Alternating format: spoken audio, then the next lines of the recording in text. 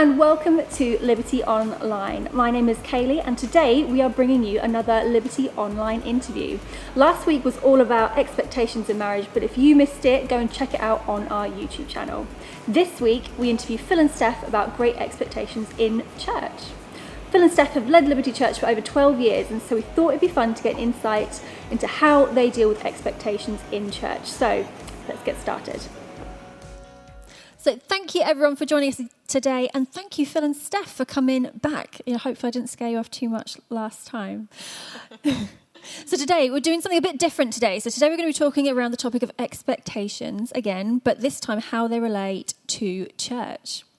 So you've both had quite different lives initially. So Steph, you grew up in church, but Phil, we know your church Liberty was your first church experience at 19 years old. So I've got a slightly different question for each of you. So Steph, what did you expect Phil's reaction to be at Liberty Church? And Phil, what did you expect church to be like? And then what was the reality? Well, I thought Phil was going to get saved the first week.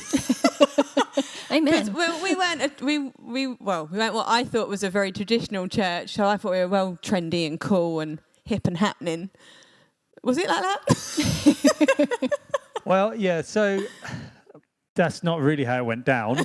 So my expectation probably was more of a traditional setting of church, even though she told me beforehand. I even went in a woolly jumper, expecting that was a requirement.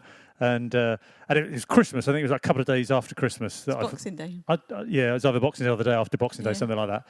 And it was, my expectation was that it was, going to be unusual for me, but it was weird. It was weird.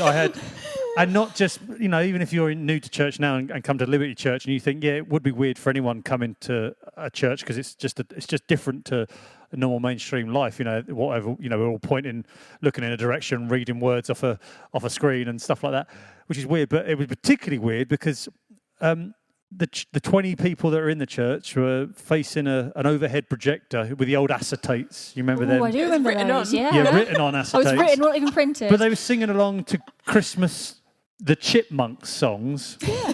Just for a bit of fun. There were some older ones as well, some songs I'd never heard of, singing along to, I think, a CD player. It might have even been a tape player, I'm not sure. It was a tape player. It was a tape player. But put it this way, I had no great expectations, and yet I was still weirded out. And you didn't get saved that week then? I didn't get saved that week. But I can definitely say that you were not super cool.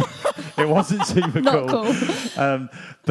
But then again, I've never missed a Sunday since. And, part of that was probably that a pretty girl was inviting me. But another part was that I think... Who was that then? Yeah, Steph was there too. But I think part of it was that people accepted me and there was a place where I could belong before I believed. And so I think we try and still do that now as a church. Yeah.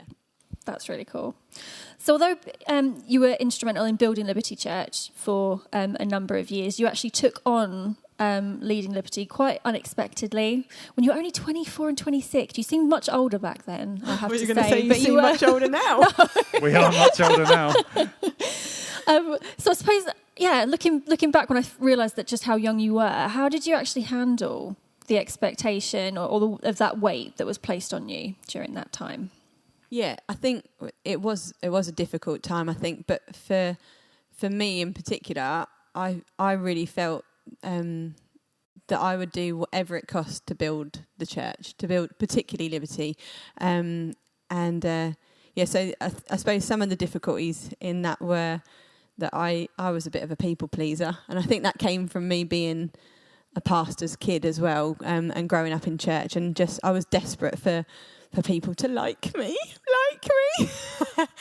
And I wanted people to think that Phil and I were doing a good job, and I think because it got handed to us in such a difficult way, I really felt like we must live up to these expectations that people had, even though people probably didn't have any expectations, or maybe they did at the time. But I think over the years I've definitely matured in that.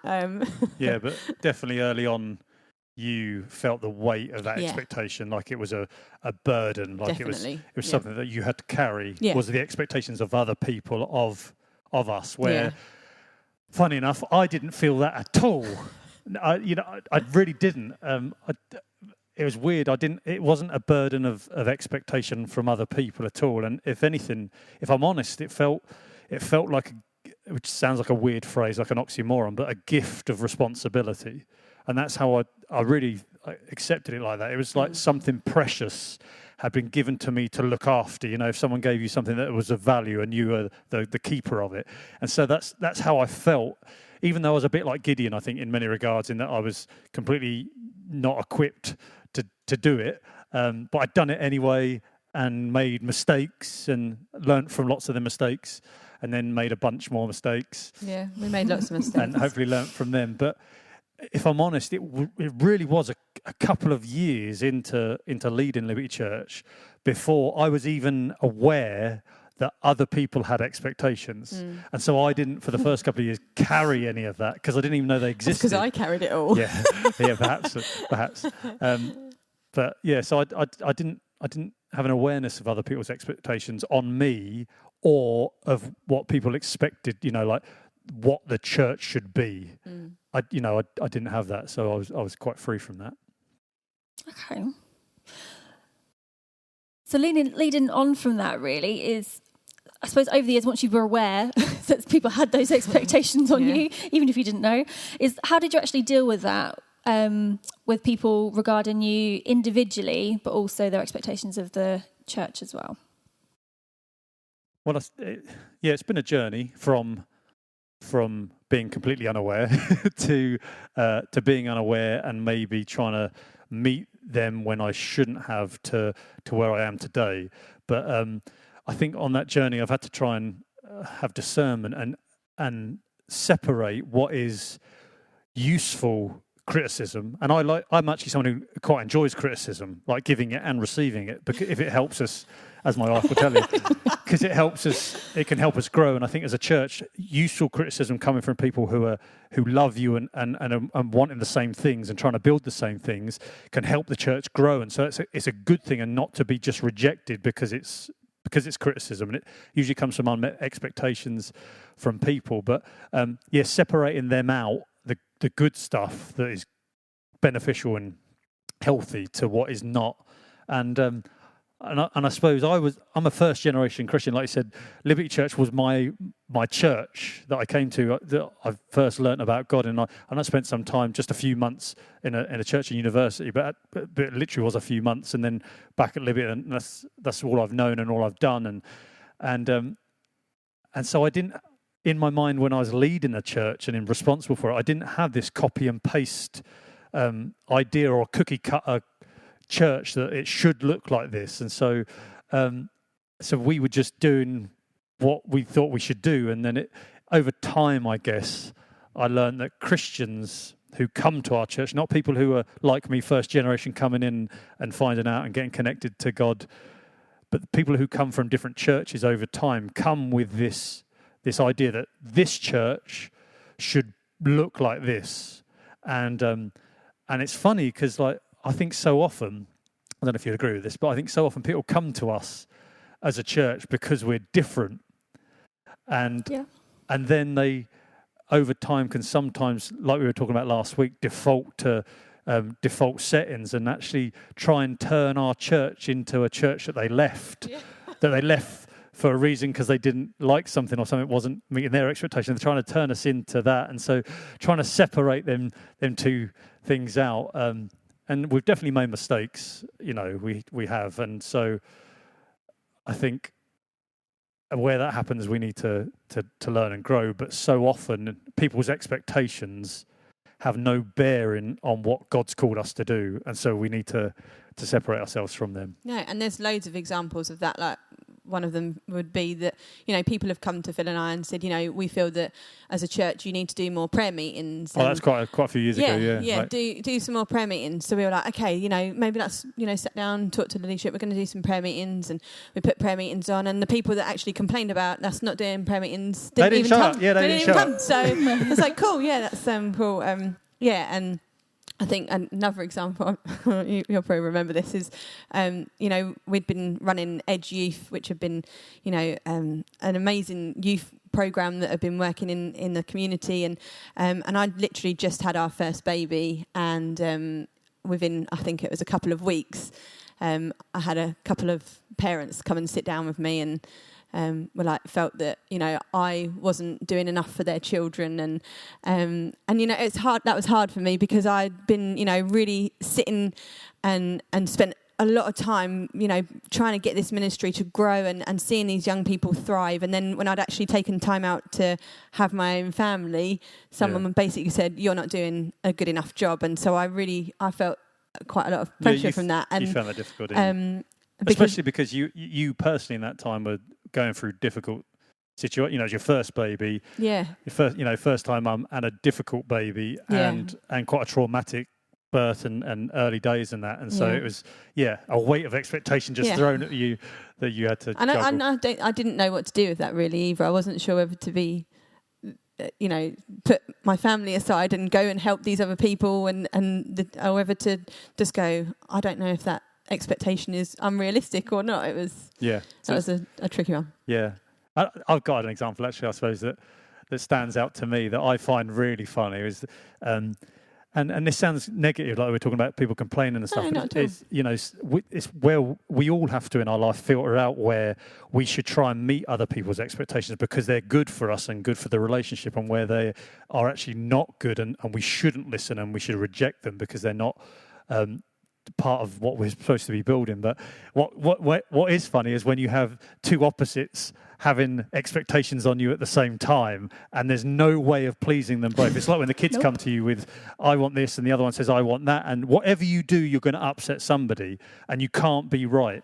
And so I think the one that sticks out to me is I had a meeting with two different couples, and they were, criticism, and I was open, cool, going to go see if we can sort something out, see if we can deal with the problem. But essentially the problem was, in this instance, was that one of the couples really wanted to get involved in a ministry and felt that there weren't any avenues into serving in church, and we've done our best to try and open up them avenues of how we can do that and the best ways of doing that, in person or online, all that sort of stuff.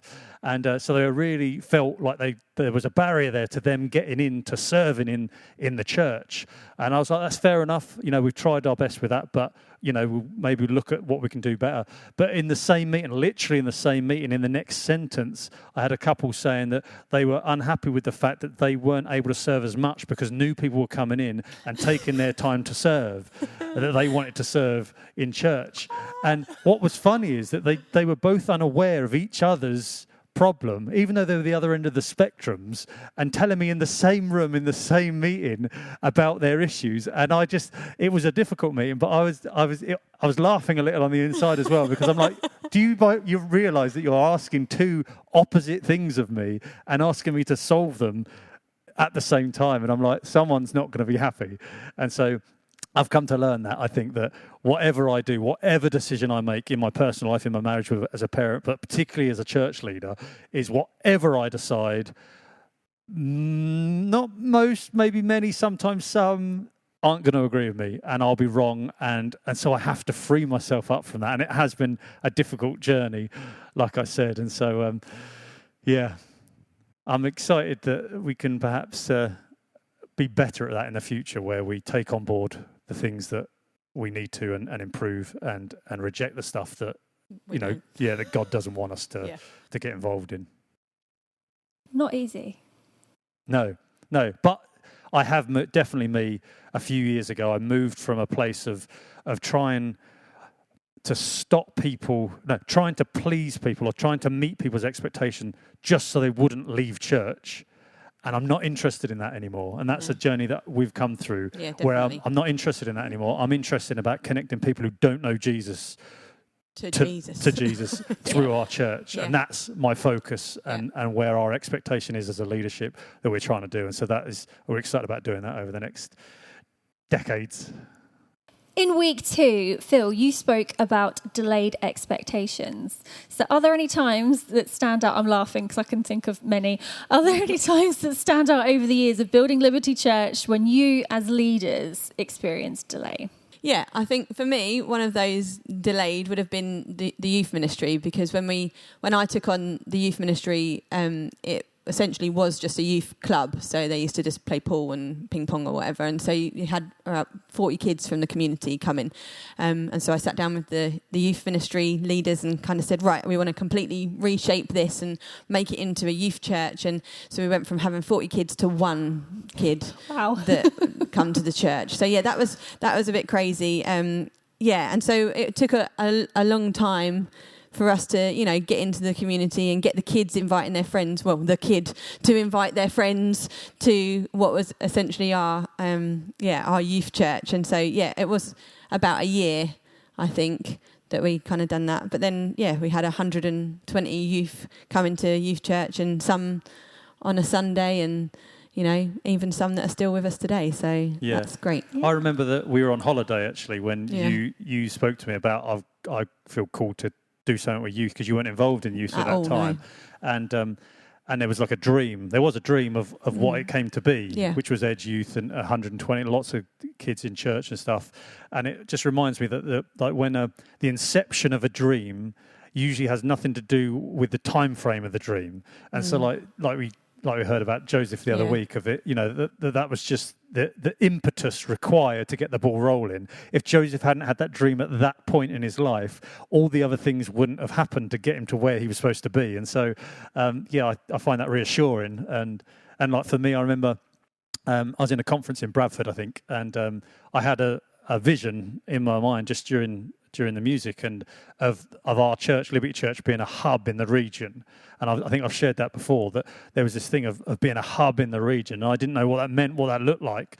And it wasn't until years later that now, when you reflect upon it, that we are a hub in the region, particularly with Food Bank across Breckland, with lots of people looking in and getting help from us, and Liberty Church sort of spearhead Thetford Food Bank. And so that took quite a few years for that to happen. And then I think a flourish as well now. We had to pause last year because of COVID, but we've for the last 5 years or so in Flourish, having 50 different churches from all around the eastern counties all coming together, and Liberty being the hub for that. I think it's from that inception of that vision to it happening was years. Yeah, well, that was years, because I think I actually was at a conference as well and just had this vision, and I was only 19, so I think we'd only been married a year. We hadn't even got married then. So I felt God say, that's something that I want, you guys to do as a church, and to, do a conference. And I just remember thinking, well, one, I work with young people. I don't do women. That's ridiculous. But it was I was 32, so I just had Ava when we actually done Flourish. So it was quite a while later from that dream. Can you do the maths on that? No. That dream to actually, it happened. So happening. So and even like the guest speakers that we've had, that like J John. I mean, who would have thought that J John would come to little old Liberty Church in Thetford's conference, and even that, God put that in my heart. And I remember going into the living room saying to Phil, I feel like we should invite J John. And Phil laughed at me, and he was like, that's ridiculous, as if he's going to come. And I was like, yeah, but I just feel like we should invite him. And Phil was like, all right, I'll help you write the email. Which thank goodness he did. Yeah. But so. And I suppose even now, to this day, I suppose the whole building thing is a delayed expectation. Liberty Church launched in June 2000, and that was before I'd even come. I came 6 months later, but there was a dream from the beginning of having a premises, and so it's been over 20 years. And we've put offers in on loads of buildings and lots of land, and there's been a fail and a no and a rejection and every stage at each step. But looking back, I shared this with our Connect groups the other day, that looking back, each step of that has been really useful. I haven't got the time to go into detail of each one, but each failure was a step that was useful to us on the journey. And so just like Joseph with that inception of that dream, and all the failures that it looked like happened to him along his journey were all part of his journey required for that dream to happen. And so, every loss and failure was required to get to where God had called him to be. And so we understand that that's the case with our waiting on this building as well, and we're still waiting but we know his timing is perfect. Yeah, that's right. That it is. And we're still waiting. I do remind him, just, we're quite happy, whenever. So finally, my last question to wrap up the whole of this Great Expectations series. Phil, you said in week 1 that we should have great expectations. So what are your great expectations for Liberty Church this year, in 2021, and also for the future? Oh, well, it's got to be actually able to meet in person. In real life. That would be one. To be able to give high fives and hugs to people would be one. And I think as well, the Keys to Freedom course that we've started rolling out, just the people that's impacted already. And so to see that, continue to flourish and see people's lives developed and changed through that would be great. That'd be good. I think that starting of that Keys to Freedom course and with us doing online and video content and stuff has put more ideas in our head about what we can do as a church. And so I'm excited over the next hopefully few months and this year and going on is that I'm excited. I've got great expectations about producing what I think I'm going to call DNA, but a video series about particularly for newbies who come to Liberty Church, Christian or not, to understand the vision of what we're building.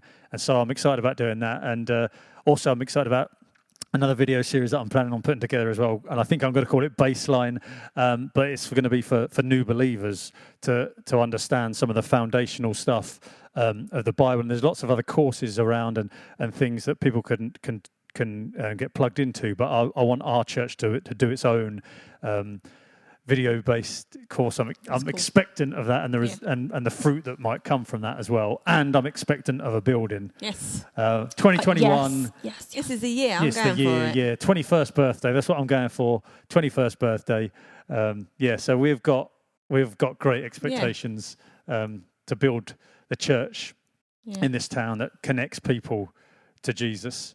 And so probably, I think our great expectation is that we'll build Liberty Church over the next decade to be a church that's that connects people to Jesus in a way that's never been seen in this town before. Yeah. And so, we're excited about doing that. Yeah. Well, I think that's a great place to stop. Just looking forward to the future and everything that God's going to bring. So I just want to thank you for just chatting with me, and I hope we can do it again. Thank you. You're welcome. Well, thanks for joining us today, and thanks to Phil and Steph for speaking so openly about leading and building Liberty Church. We hope you can join us next week on Liberty Online, as we've got something completely different for you. See you then.